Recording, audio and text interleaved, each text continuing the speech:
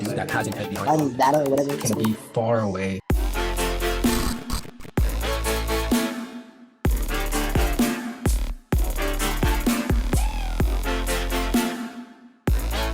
I don't know if you guys know about Neuralink. We've talked about it in past. But basically, Neuralink has begun testing on humans. And we're gonna see how that goes. Would you ever get Neuralink, Reed? No, I wouldn't. I've did my research for the Neuralink, and that just seems like it's something where there could be a lot of malfunctions in the whole testing process. Although the process, they say that it's going to be 18 month to 6 year process for any of the people that are being tested, so they make sure that they're able to do a lot of check-ins with them, a lot of just like look around their brains to see if like any malfunctions are happening. So they're trying to put a lot of safety protocols into it. I just wouldn't want to do it because you're just putting yourself at risk because you're a test subject, especially. But I personally wouldn't even want to use a Neuralink at all. Lie? Yeah. But imagine like they start giving out like mail jury duty letters for the Neuralink. So like someone receives mail at their door and they're like, all right, you have to be a participant for the Neuralink trial. Or you have to do it. If you don't show up, that means you could go to prison for not attending the Neuralink trial. Imagine they do that, bro. You see mail from Elon Musk, bro. Elon Musk headquarters, Tesla headquarters, bro. It's like, yo, I'm done, fam. I'm done. Yeah, at that point, you gotta move out the country. Like that's crazy. That's like conscription. That's not it, bro. Would you do it, fam? Because No. like, oh, you would. Bro, get a damn microchip in my brain. Bro, I already got a microchip in my phone, fam. Good. Good. The thing is, man, it seems like they're trying to do this whole thing with AI crossover with human thoughts for it. Like we'll even watch this video. So they're just trying to just like take away that whole AI stigma of AIs taking over the world.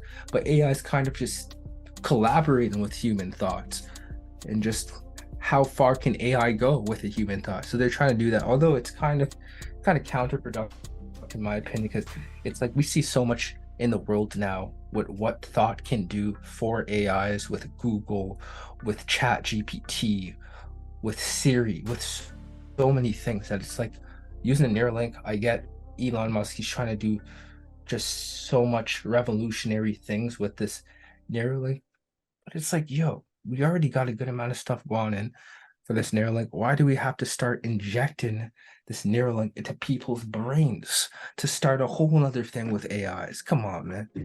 Yeah. All right, let's get into it. Neuralink has just dropped a huge announcement about the details of their first ever human trial for their revolutionary brain implant device, and revealed who the first Neuralink users will be.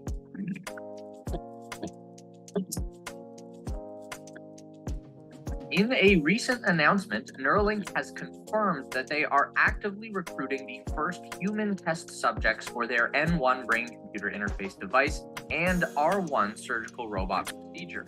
The company revealed that an independent institutional review board has granted them full approval to begin the process of selecting their first ever human patients for a clinical trial which is now known as the PRIME study, short for Precise Robotically Implanted Brain-Computer Interface.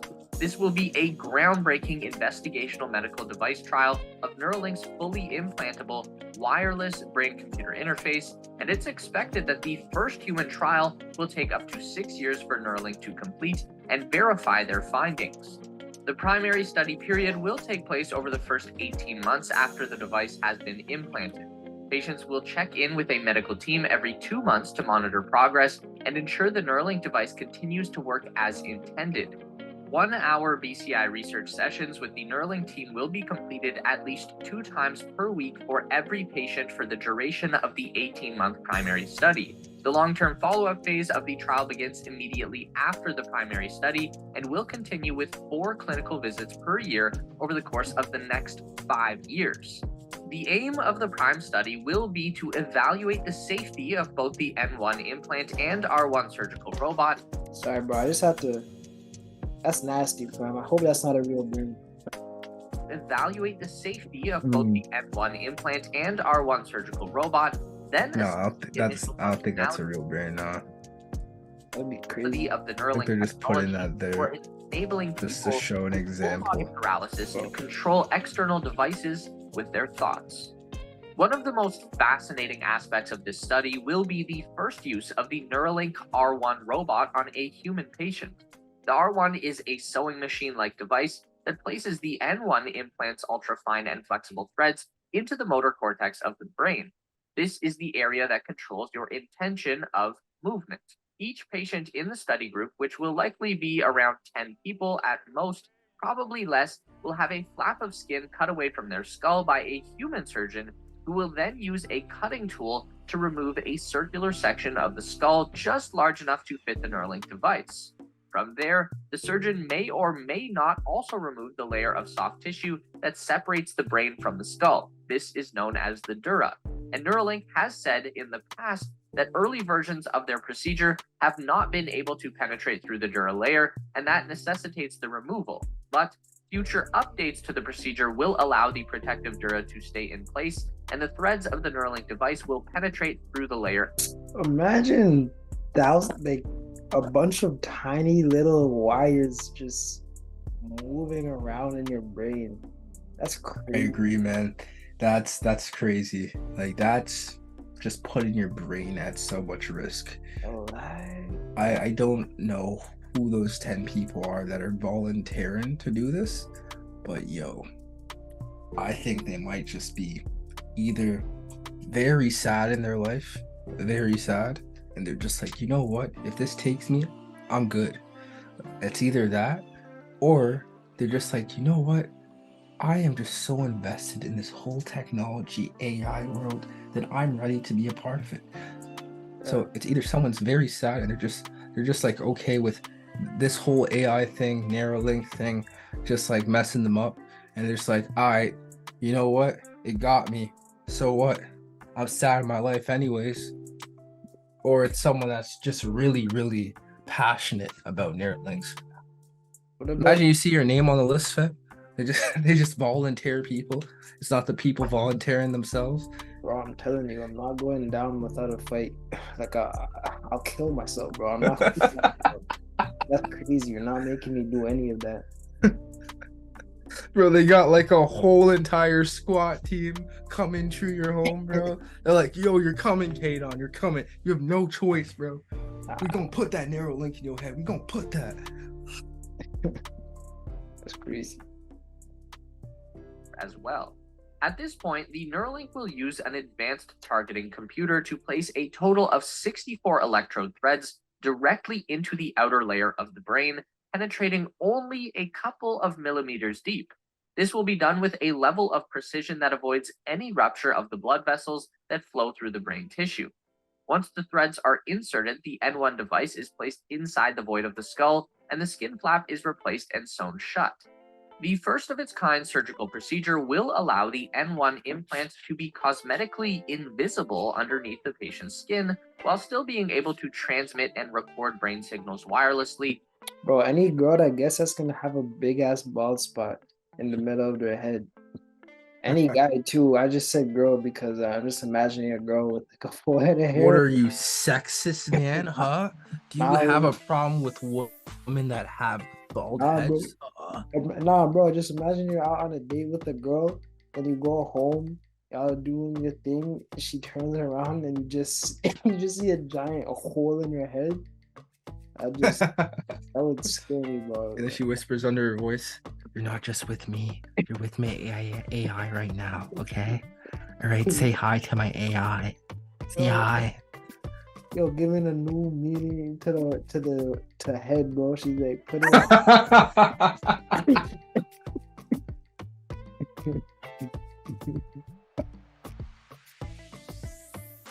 Hey fam, yo, technically that's a threesome. Yo, that's a threesome stuff, Jose. Every time you could be having threesomes get you a good and give you a threesome every night, bro. Like, It's gonna be a personality trait on dating apps, bro. I got a Neuralink, and I like to play soccer. and Perfect. Oh no. Through Bluetooth connection to Neuralink's own smartphone app that will decode the movement intention from the cortex and translate it into computer input commands.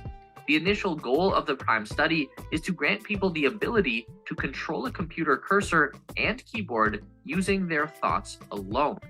Neuralink founder Elon Musk was quick to promote the Neuralink trial on his social media platform now known as X. Elon wrote, "The first human patient will soon receive a Neuralink device. This ultimately has the potential to restore full body movement." Musk also sees the opportunity to remind people that his long-term goal with Neuralink has always been and continues to be a device that will bridge the gap between the human brain and artificial general intelligence. Elon wrote, "In the long term, Neuralink hopes to play a role in AI risk civilization, risk reduction by improving human to AI and human to human bandwidth by several orders of magnitude." Now, that sounds a bit crazy, but what he means is that a device like Neuralink can eliminate the input lag between human thought and computer action. So, imagine a point in the future where we have created the first ever thinking machine, a super intelligent computer that can process terabytes worth of information in a single second. How could a But why human would you want that though when you already have a good amount of stuff with AI ran technology and softwares? Like, why would you want to get a thinking machine? Like, we've like anything past what we have right now, but this is my personal opinion, that anything past what we have right now is just it's too much. I think it's just way too much stimuli for our brains to just just consume. Like, it's overstimulus in my opinion for our brains, because we'll just be so much invested in using the internet, like even more than we are now. Like, we need to use the internet for so many things in our daily life now, work, school, just to find out a single answer to maybe a health thing that we're having, a mental thing that we're having, just to like find out a quick answer before we choose to pursue therapy or anything, all that stuff. So anything past what we have right now, I just think it's just too much. It's really just too much. That's my personal opinion, and that's also my opinion coming from someone that's in a generation yourself as well, Kadon, where we have basically just been surrounded by all this AI and technology stuff, video games. Like, we have just so much high forming video games now, consoles, and the internet's just expanded so much during our generation. So anything past what we have right now, I think it's crazy. Yeah, I know what you mean. Especially with TikTok and the way social media is headed. Social media, yeah.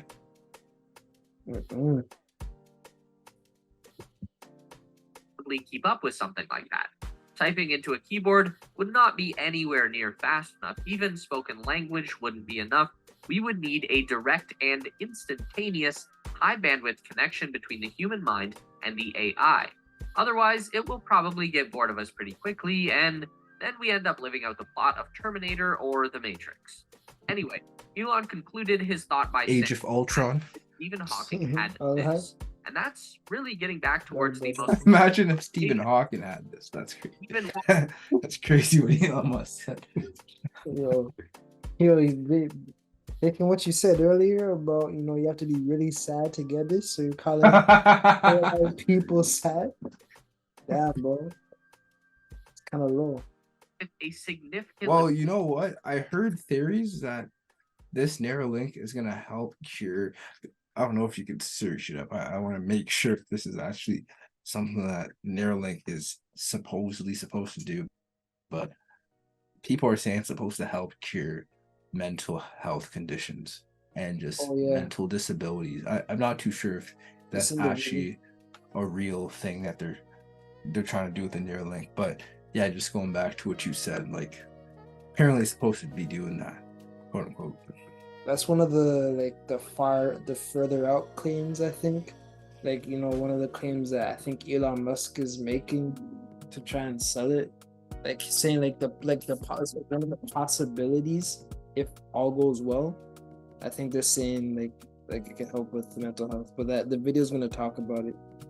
On his ability to communicate, Stephen Hawking continued to be regarded as one of the most important minds in human history, and he was massively influential in the field of theoretical physics and cosmology.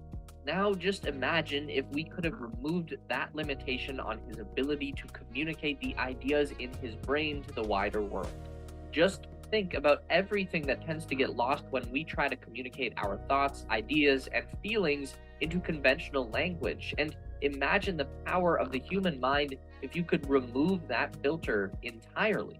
This is something that Neuralink can achieve, and it can do much more. Elon Musk followed up to include his theory that a Neuralink implant can be used in combination with the humanoid robotic technology that Tesla is developing for their Optimus robot. Elon gave the specific example of Luke Skywalker. At the end of Empire Strikes Back, Luke is fitted with a robotic hand that functions identically to the one that was chopped off by Darth Vader. Neuralink technology could be used to bridge the physical gap between man and machine, allowing people to transcend the human condition and the frailties of the biological form. In their announcement, Neuralink states that they are specifically looking for trial subjects who suffer from quadriplegia due to a cervical spinal injury or lateral sclerosis, also known as ALS or Lou Gehrig's disease. What's his face? The notable dude that they mentioned in the Stephen Hawking, he had ALS, or I think it was ALS or MLS. Not too sure. I believe it's ALS. So I guess they are trying to try that capability of this Neuralink for people that are suffering with serious mental health conditions and physical health conditions. Yeah. Will have little to no control over any body movement from the neck down. Typically, the only way that patients in this condition can use an electrical device like a computer is with a specialty hardware like a head mouse, which is a camera system that tracks the movement of a person's forehead and translates it into a movement on a cursor on a computer screen. Eye tracking systems can also be used to similar effect, but they're very expensive, usually running between $7,000 and $17,000. On the lower end of the price scale, there are operated computer mouse options.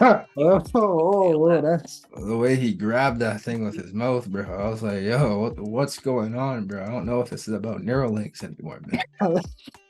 So Elon Musk has a secondary objective at home. They caught this dude without him catching himself, man. He's like, yo, I'm just going for my 8 p.m. appointment, man. Why you have the camera on me, man? You gotta do what I do every single day, 8 p.m., bro. Are ideal, and they're also not capable of granting the patient full control over any electronic device in the same way that an able-bodied person would. Neuralink has the potential to offer a complete solution to this one very significant problem. Neuralink will not heal a spinal cord injury, and it will not reverse the degenerative effect of ALS, but it can help people live a more dignified and fulfilling life through an enhanced ability to communicate with the outside world. This is something that Neuralink has already shown through their trials with macaque monkeys. If a monkey can use their Neuralink to play Pong, then there's no reason to think that a human being could not use that same technology to fully control a computer. And this is only the beginning. Elon Musk has long believed that Neuralink can reverse the effects of a spinal cord injury, and he's gone as far as to theorize that Neuralink technology could reverse the degenerative effects of a brain disease like ALS, multiple sclerosis, Parkinson's, or even Alzheimer's. Now, to be clear, these are much more speculative claims. Yeah, that does sound like speculative. That even our top scientists do not fully know what even causes many of these diseases, yeah, how we might ever be able to correct them.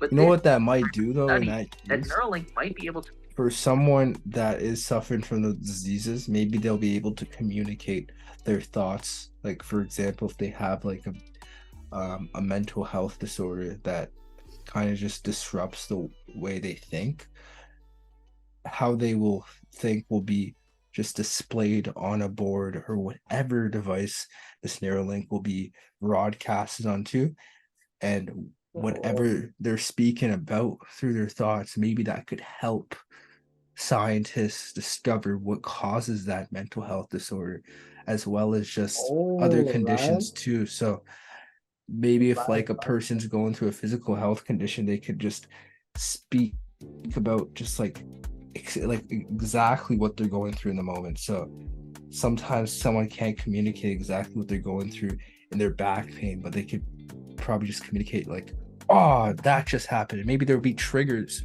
and it'll just point out exactly what hurt them in their back at that moment. So then it will just help those scientists and different people in the medical field be like, oh, okay, maybe we got to do more research about this, and then we could find out the cure for all these things that don't have a cure as yet. So maybe there is a bright side to the Neuralink. pursue in the future if they are successful in their first clinical trial. For anyone who thinks they might qualify for a Neuralink trial, there is a patient registry that you can join. This is for both current and future clinical trials. Neuralink uses their patient registry to understand the needs of a larger and more diverse group of individuals with various disability conditions. The registry is open to anyone within the United States who is at least 18 years of age and suffers from quadriplegia, paraplegia, vision loss, hearing loss, the inability to speak, or major limb amputation. Don't forget to give this video a thumbs up today if you liked it. That is so. I gotta dislike it, man. He told us to like it, we gotta dislike it. Nada. Yeah. Yeah, that was an interesting video, bro. I feel like that compared to the pineal gland video, it's just a whole entire different outlook of the brain usage. Like people could use their brain to just tap into like more of like a technology standpoint, like Neuralinks, or they could tap into like what's already natural in their brain and a part of their brain, their pineal gland, so they could tap more into just like what they have and just harnessing of what they have compared to putting an additional thing into their brain to access more information that they may not have already, or just capitalize on the information that they have already within their living. Right. It's two different types of way to transcend the human condition, but